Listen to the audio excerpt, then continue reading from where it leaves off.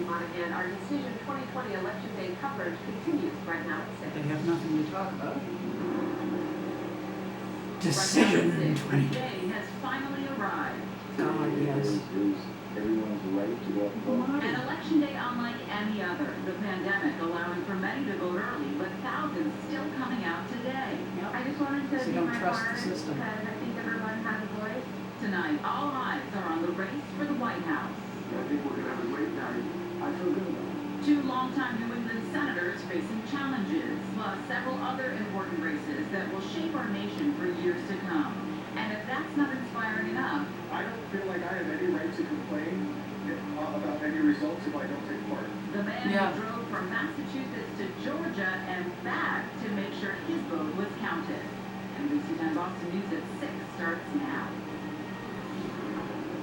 All right, Election Day finally here. Here is a live look at the polling place at Salem High School with about 2 hours left to go before the polls close. Voters are out across the state weighing in on everything from the Senate race to the 2 ballot questions up for consideration. And of course, there is a lot of attention on the presidential election. President Trump looking to keep his job for 4 more years, while Joe Biden is hoping to become the 6th former vice president elected into office.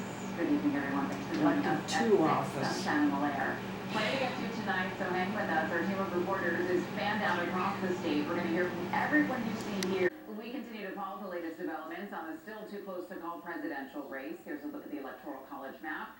Joe Biden continues to lead President Trump with 253, but of course they need to get to the magic 270 number to take the White House. Now, Massachusetts is one of the bluest states in America. You know that already. Biden won the Bay State in a landslide, but the numbers show President Trump making some inroads with some communities here in Massachusetts. NBC 10's Brian Burnell has a closer look at the numbers from Lawrence. Voters in Lawrence liked Donald Trump better than they did 4 years ago. Here are the numbers. He didn't win the city, but in 2016, 3,535 people voted for the Trump-Pence ticket, and that number went up more than 2,200 votes to 5,776 on Tuesday. When we showed these numbers to voters here, we heard this. Oh, really? Yeah. Oh, some people voted for the wrong man.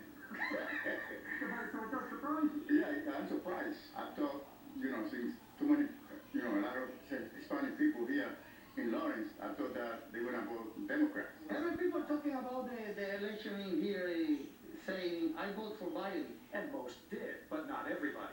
And social media may have played a role. One woman we spoke with said online influencers had a lot of followers. They were showing that in the last 4 years there hasn't been war, that there's been more family time, and so those are values that Hispanics really look for. So I think there was an influence as to vote for Trump versus Biden because there was going to be a separation of families and wars and whatnot. Mayor Dan Rivera agrees and adds, We already have a slice of people in this community that are socially conservative people. And then you put all that negative and misleading information, along with people who are more inclined to believe stuff like that. It's a perfect storm for Latino voters to be misinformed.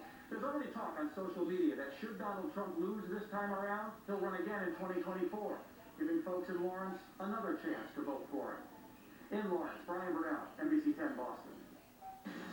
First alert weather on NBC 10 Boston. Boston's most Allison King has a look at what's next for the nation, but we want to begin with NBC 10's Audrey Assistio, live from the They haven't newsroom even with talked the about the latest Electoral on election College. In general, Alice. Yeah, JC, former Vice President Joe Biden is expected to address the nation later tonight. He says he expects to win when the count is finished, but the counting continues at this hour, right? And President Trump isn't giving up the fight. With the last battleground ballots being counted and the electoral map coming into focus, Joe Biden pulled ahead of President Trump early today in Pennsylvania. As the mail-in ballots Democrats preferred in this pandemic tilted heavily toward Biden. As we thought they would. The same story overnight in Georgia, where Biden edged past the president with a razor-thin lead.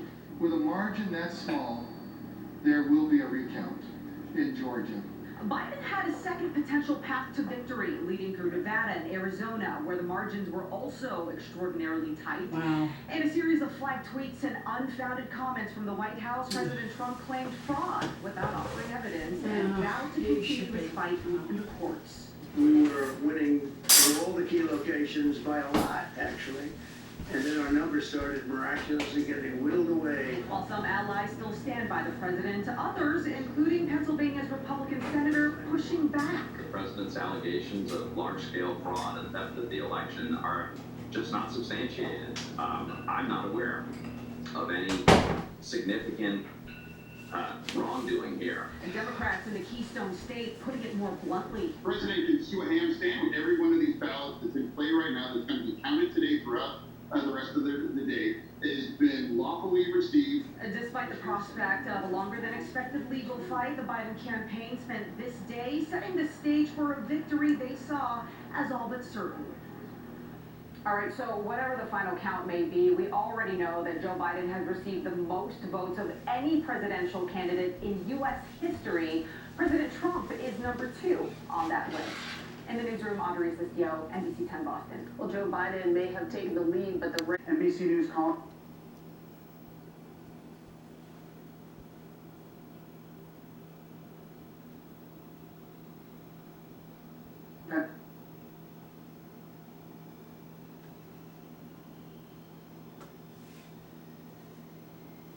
Grabs.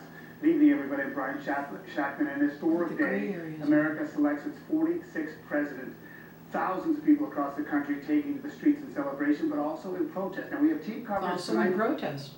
Yeah. Of course. Yeah.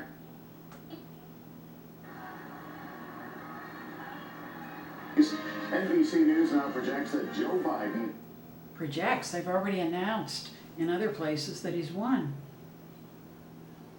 Anticipatory nights. And that means we can now project that former Vice President Joe Biden has been elected President of the United Way States. behind reporting. Wow. Later projected in his favor. His wife tweeting this photo. Across the nation, jubilant Biden supporters breaking into celebration. Oh, breaking in. Come on, where's my card? They're so happy. Long time coming. Yes! And we did it together. In a statement, Biden says he is honored and humbled, and that it's time to put anger and harsh rhetoric behind us and come together as a nation. Vice President-elect Kamala Harris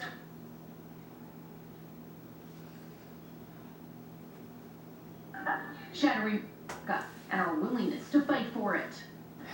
President Donald Trump golfing in the news. Amen. And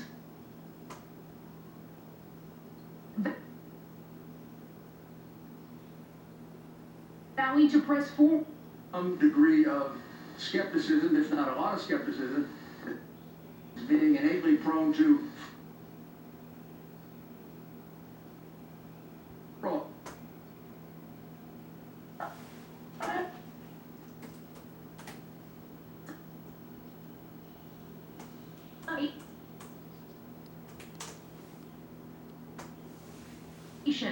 But tonight, the Biden campaign celebrates.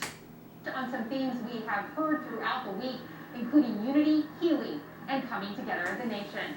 I'm live in Wilmington, Delaware. Sarah Dolph, back to you.